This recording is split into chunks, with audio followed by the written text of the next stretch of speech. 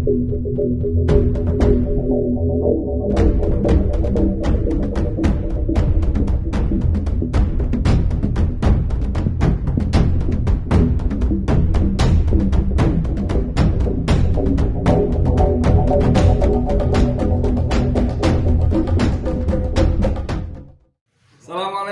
warahmatullahi wabarakatuh. Saudara, dengan saya Edi Mulyadi dari Forum News Network.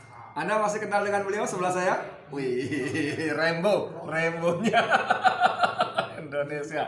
Enggak, ini bukan Rainbow, ini asli pahlawan Indonesia, namanya Ruslan. Lebih dikenal dengan Ruslan Buton, ya, yang dipaksa berhenti dari dinas kemiliteran ya, dengan pangkat terakhir kapten. Gimana bang, kabar sehat ya?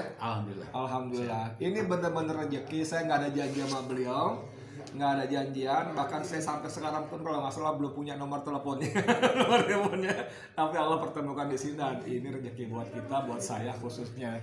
Bang, gimana cerita sedikit ya tentang sedikit background abang sebagai orang militer, apa tugas-tugas terakhir apa bagaimana nih bang? Saya seorang prajurit, mantan tentara. Kenapa saya bilang seperti itu? Karena tentara itu profesi, prajurit itu jiwa yang melekat. Jadi jiwa prajurit itu akan hilang ketika saya menghembuskan napas terakhir. Seumur hidup ya prajurit ya? Jadi kalau bicara tentang prajurit berarti dasarnya adalah cinta tanah air. Itu sudah jelas. Jadi kontraknya kontrak mati untuk bangsa. Kontrak mati. Itu semua level ya, dari mulai prajurit dari prajurit 2 sampai dengan jenderal itu prajurit. Ya. Oke. Gue lanjut. Nah, jadi saya kenapa bercita-cita menjadi tentara itu sebuah hal yang sangat membanggakan bagi saya kalau saya menjadi tentara, karena pengabdian yang tulus itu ada di tentara. Dan ternyata cita-cita yang saya kejar, saya berhasil menjadi tentara, namun hanya sampai setengah jalan. Itu mungkin garis tangan saya. Setengah jalan saya harus berhenti. Tetapi pengabdian untuk bangsa tidak boleh berhenti hanya di situ. Pangkat terakhir apa tuh Bang Ruslan? Saya pangkat terakhir kapten. Dengan jabatan apa di mana? Terakhir saya komandan kompi khusus di batalion 732, batalion Raider. Kemudian selama 3 tahun, kemudian menjadi komandan kompi Senapan D. Nah, di tempat yang sama, masih di batalion yang sama. Ya. Apa tugas itu waktu itu, apa spesifiknya, bertugas ngapain gitu? Di daerah mana itu? Pada saat itu saya melaksanakan Satgas Operasi Pengamanan Daerah Rawan. Nah, itu di Maluku kan bekas konflik. Konflik. Jadi kita mengumpulkan semua senjata-senjata yang masih tersisa bekas konflik di masyarakat, yang beredar di masyarakat. Oke. Nah, sebelum kita masuk ke tugas yang kemudian berakhir dengan aksa ya, pemberhentian itu, abang punya kesalahan apa waktu itu sampai kok begitu fatalnya hukuman dari kedinasan? Kalau saya secara pribadi tidak merasakan kesalahan sedikit pun. Salahnya saya menghilangkan nyawanya orang. Nah, itu mungkin salahnya. Tapi orang itu adalah saya dengar cerita-cerita bahwa orang ini benar-benar jadi, tanda kutip ya, mohon maaf pada keluarganya ya, dianggap sebagai musuh masyarakat ya, meresahkan, mengancam, berbagai macam tindakan yang kriminal dan sebagainya, bahkan sampai mengancam nyawa. Kabarnya sempat mengancam nyawa anggota abang, bahkan di pos tentara sendiri ya. Gimana itu ceritanya? Saya sedikit cerita latar belakangnya orang itu sebentar. Bahwa pernah di media ditulis bahwa yang bersangkutan adalah seorang petani. Petani yang mencuri singkong. Kalau mencuri singkongnya betul. Tetapi kalau dia seorang petani, saya berani memberikan jaminan dia tidak punya lahan 1 jengkal pun. Bukan petani. Gitu. Nah, kemudian latar belakangnya orang yang bersangkutan, dia memang sangat meresahkan warga. Ini mungkin didengarkan oleh warga di setempat di Pulau Taliabu, terutama di Lede. Di mana itu? Di Lede itu Maluku Utara. Utara ya. Pulau Taliabu itu adalah sebuah kabupaten memang cukup terpencil. Nah, jadi latar belakangnya Lagode ini, Orangnya Lagode ya. Semua masyarakat di sana tahu siapa dia. Dan semua yang merasakan keberingyasan dia ya sangat-sangat Meresahkan ya, sangat meresahkan sekali, sangat meresahkan sekali. Dan bahkan tahun 2004 saya masih nyimpan fotonya. Di sana kan rumahnya rumah panggung, Bang. Iya. Nah, rumahnya itu dibalikin. Dan atapnya udah bolong-bolong bekas dilempar orang. Dan ditemukan semua hasil-hasil curian-curian. Saya masih simpan fotonya. Karena warga marah sekali sampai marah. rumahnya dibongkar dibalikannya karena rumahnya Iya, panggungnya. karena waktu itu dicari mau ditangkap tapi dianya kabur. Jadi rumahnya yang dijadikan sasaran itu. Rumahnya dijadikan sasaran. Dan dia 2 kali dia pernah bunuh orang. Jadi kalau dia pernah bilang, wah kalau saya cerita bunuh orang itu, Bang. Terakhir yang saya dengar itu dia mencuri, kemudian dikejar sama orang yang punya cengkehnya. Karena tahu dikejar, karungnya dia lepas. Setelah karungnya dilepas, si orang yang kecurian ini dia cuma ambil karungnya, dia tidak mikirkan lagi si pencurinya. Begitu dia angkat karung cengkehnya, dia bawa pulang, dikejar balik sama dia, ditikam. Nah, tersungkur orang yang korban ini karena masih ada upaya, hanya luka, dia masih ada upaya untuk memegang pagar mau berdiri, diurai ususnya. Itu masih ada saksinya namanya di Desa Tolong. Masih ada saksi-saksinya. Ngeri. Jadi gini saudara, kalau dengar cerita Bang Ruslan Butan tadi, berarti tanda kutip lagi, mohon maaf nih buat keluarga utama. Jadi sebetulnya masyarakat ini bisa jadi menilai tindakan yang dilakukan oleh Bang Ruslan dan anggotanya adalah sebagai sebuah pahlawanan gitu barangkali ya, karena membebaskan masyarakat sekitar dari kengerian yang saya oleh bisa pastikan seperti itu, dan itu bisa kita buktikan kalau misalkan ada yang penasaran, kita datang ke Taliabu atau di Pulau Lede itu boleh tanya bagaimana saya dan bagaimana sepak terjang dia ya.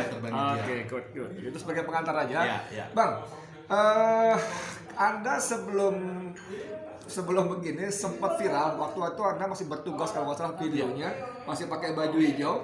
Anda bicara sebagai kapten waktu itu ya, komandan apa tadi istilahnya tadi? Satgas.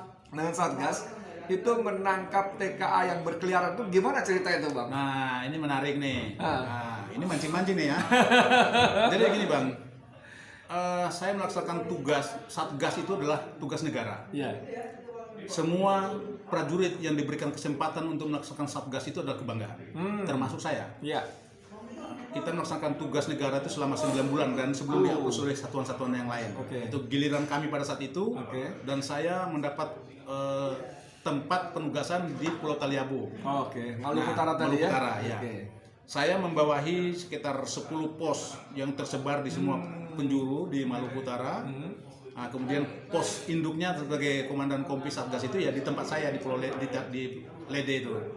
Nah, daerah Lede Taliabu itu sangat terkenal dengan kriminalitas, sehingga di situ memang cukup menantang. Nah, ketika saya bergabung di sana, saya silaturahmi saat itu hari Minggu di kediamannya kepala desa. Nah, kebetulan di kepala desa itu ada Babinsa, jadi kita ngobrol-ngobrol. Nah, tiba-tiba ada segerombolan orang pakai helm kuning. Nah, pakai helm kuning dengan seragam-seragam tambang gitu, proyek. Saya penasaran, saya sempat tanya Pak Kades, ini mereka ini ngapain?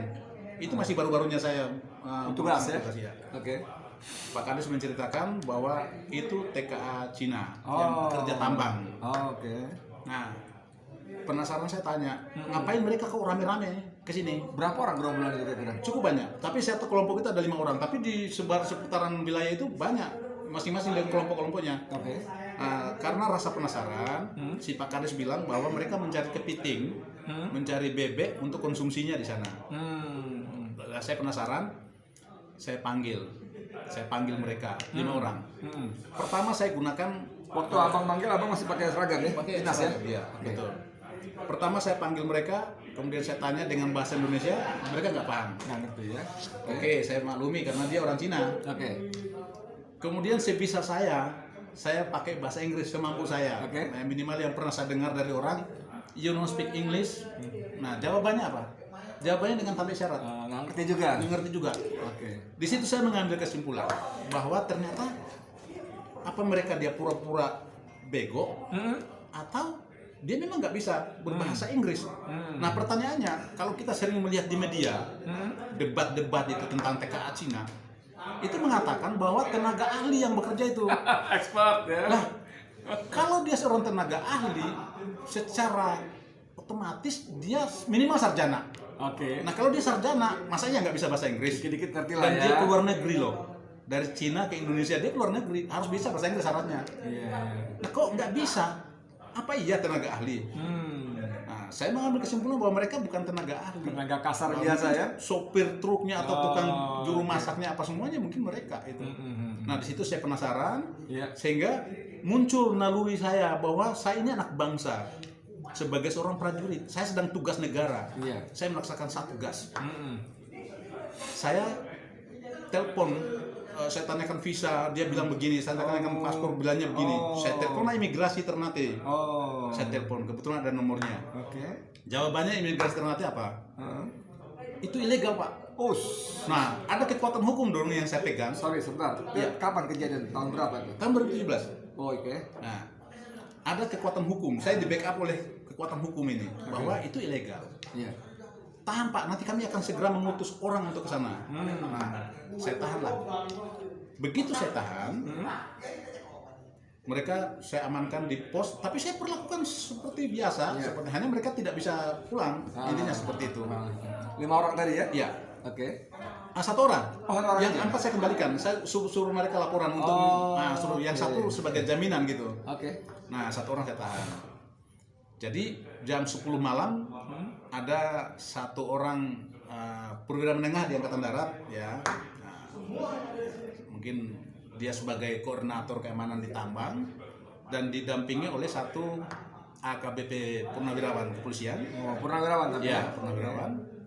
Mereka datang menemui saya untuk melobi supaya Bebaskan. orang ini dipulangkan. Saya bilang silakan dijemput atau silakan diambil dengan catatan dokumennya tunjukkan kepada saya dokumen keimigrasinya. Keren. Ya, iya. Iya. Kalau nggak ada dokumennya berarti dia ilegal. Iya. Saya berhak untuk menahan. Padahal itu perwira menengah ya, artinya di atas saya, Ruslan ya. satu klik di atas saya. Oke. Nah, saya bilang mohon maaf bang, karena alot perdebatan dialognya supaya minta ini nggak ketemu jalan. Si senior saya ini manggil saya kayak pojokan sedikit gitu. Di lobby lebih khusus. Udahlah. Nah, intinya bahasanya seperti begitulah. Ngeluarin lah uangnya di kantong plastiknya. Sudah disiapkan ya. Uang sogokan saudara. Ya, saya nggak tahu berapa jumlahnya bang.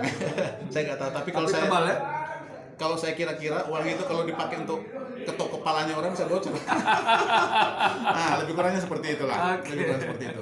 Hanya saya bilang begini, abang kalau mau ngasih saya uang, saya memang butuh uang. Saya nggak punya uang, saya bisa terima bang. Tetapi kalau tujuannya untuk melepaskan mereka tanpa disertai dengan dokumen, saya mohon maaf. Saya tidak bisa menjual bangsa saya. Kalimatnya begitu ya. Ini kedaulatan bang, saya bilang. Karena apa? Saya lihat, ini kok sudah tidak wajar, kok banyak sekali dan sebagainya gitu. Nah, belum lagi disertai dengan ceritanya rakyat di Taliabu, di Lede itu. Apa cerita mereka? Waduh, mengerikan. Ya gimana? Lahan-lahannya banyak yang dibayar paksa dengan harga yang sangat tidak masuk akal. Berapa mereka bayar tuh? Begitu murahnya gitu ya? Bahkan ada yang mau gila itu masyarakatnya. Saya kalau misalkan kita ke sana ke lokasinya bisa saya tunjukkan semua orang-orangnya. Jadi tanah itu dirampas atau dibayar dengan sangat murah untuk ya, mereka koordinasi untuk mau dibeli tapi harganya tidak masuk akal semua. Jadi sangat-sangat didukung, dibantu oleh orang-orang kita yang justru betul, harusnya ya. Betul. Itu yang menjadi keprihatinan. Mereka menyandarkan harapannya kepada kami yang bertugas pada saat itu. Karena apa? Ya, saya selama masuk ke sana tidak pernah saya menginjakan kaki di tambang itu. Karena apa? Saya tidak mau nanti ada pikiran-pikiran bahwa saya datang ke sana hanya untuk mendapatkan setoran dan lain sebagainya. Minta jatah ya. Nah, saya nggak mau nanti ada pikiran-pikiran seperti itu. Makanya saya nggak perlu lah seperti itu. Gitu Bang. Jadi saudara, seperti penjelasan Bang Ruslan Buton ini menurut saya menjadi konfirmasi buat kita semua yang tidak berada di lokasi. Bagaimana TKA Cina ini tetap ada dan sebagian besar kalau tidak dikatakan semua adalah ilegal.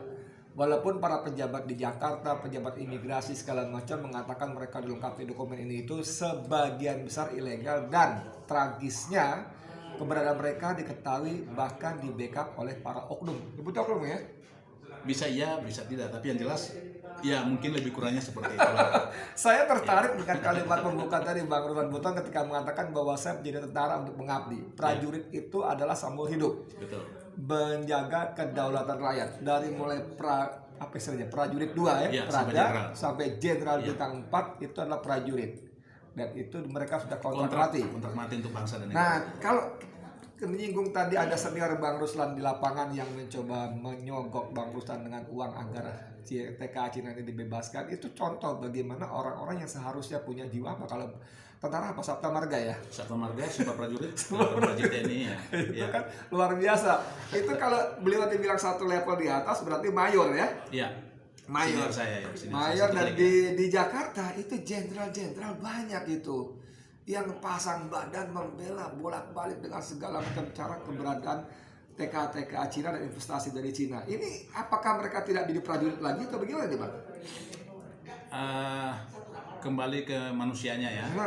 Kalau manusia tidak ada yang sempurna. Iya. Tetapi saya mungkin secara kepangkatan di dunia militer ya sangat jauh lah posisi di bawah. Tetapi prinsip saya satu. Ya, kalau bicara tentang kedaulatan bangsa, walaupun saya sudah di luar garis kemiliteran, itu tapi jiwa nyawa pun saya akan pertaruhkan untuk bangsa dan negara. Jadi tidak mungkin saya akan menjadi pengkhianat bangsa. Buat apa saya punya pangkat besar tapi tidak berpikiran doktrinnya tentara, tidak berpikiran seperti layaknya seorang prajurit. Buat apa saya punya pangkat besar?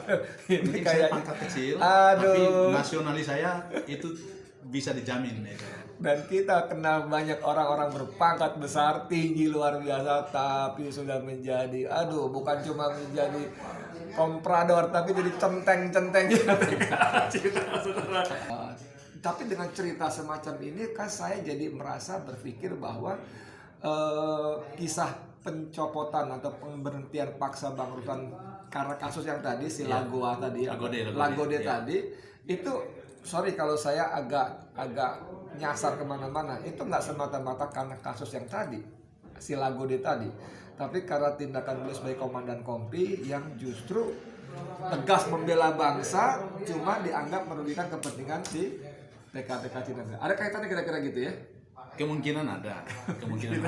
Ya kita tahu lah, nggak usah saya bahas lagi. Tapi sekali lagi mungkin ada yang bilang bahwa itu kebohongan dan lain sebagainya. Saya berani mengajak siapa yang tidak percaya dengan TKA Cina yang